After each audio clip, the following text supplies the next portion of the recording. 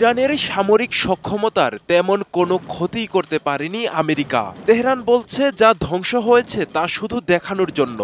আসল শক্তি এখনো অক্ষত। গোপন ঘাঁটি, ভূগর্ভস্থ টানেল আর লুকানো অস্ত্র ভাণ্ডারে জমা রয়েছে হাজারো মিসাইল, ড্রোন আর বিধ্বংসী প্রযুক্তি। ইসরায়েল আমেরিকা যেখানে বিজয়ের গল্প বলছে, ইরান সেখানেই দিচ্ছে মরণ কামড়ের হুঁশিয়ারি।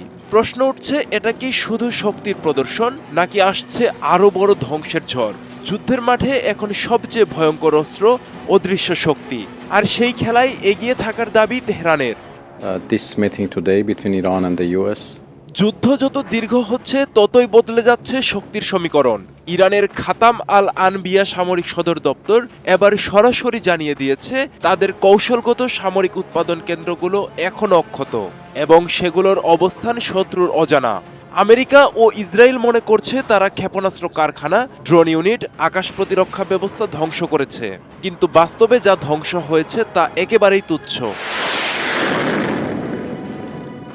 বিশ্লেষকরা বলছেন ইরানের আসল শক্তি তার ডিসেন্ট্রালাইজড মিলিটারি স্ট্রাকচার, অর্থাৎ এক জায়গায় নয় বরং শত শত গোপন স্থানে ছড়িয়ে রয়েছে অস্ত্র উৎপাদন ও সংরক্ষণ ব্যবস্থা। ইরানের রয়েছে হাজার হাজার ব্যালিস্টিক ও ক্রুজ মিসাইল, দীর্ঘপাল্লার আত্মঘাতী ড্রোন যা রাডার ফাঁকি দিতে সক্ষম, শক্তিশালী আকাশ প্রতিরক্ষা ব্যবস্থা এবং অত্যাধুনিক ইলেকট্রনিক ও সাইবার যুদ্ধ সক্ষমতা। সবচেয়ে বড় বিষয়, ইরান পাহাড়ের নিচে ভূগর্ভে এবং টানেল নেটওয়ার্কে এসব স্থাপনা তৈরি করেছে যা স্যাটেলাইট বা বিমান হামলায় ধ্বংস করা অসম্ভব। বিশ্বের সবচেয়ে শক্তিশালী সামরিক জোট হয়েও কেন ইরানকে পুরোপুরি দমন করতে পারছে না ইসরায়েল আমেরিকা জোট? প্রথমত, ইন্টেলিজেন্স গ্যাপ। ইরানের প্রকৃত সামরিক অবকাঠামো সম্পর্কে তাদের তথ্য অসম্পূর্ণ। দ্বিতীয়ত, ইরানের ভৌগোলিক অবস্থান।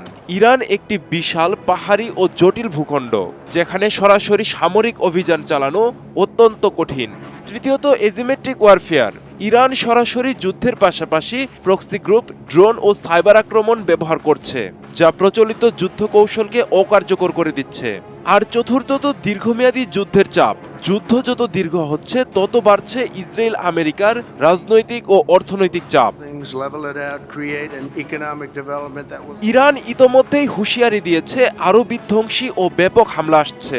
এতে বোঝা যাচ্ছে যুদ্ধ এখনো শেষ নয়, বরং আরও বড় ধাক্কার জন্য প্রস্তুতি নিচ্ছে তেহরান।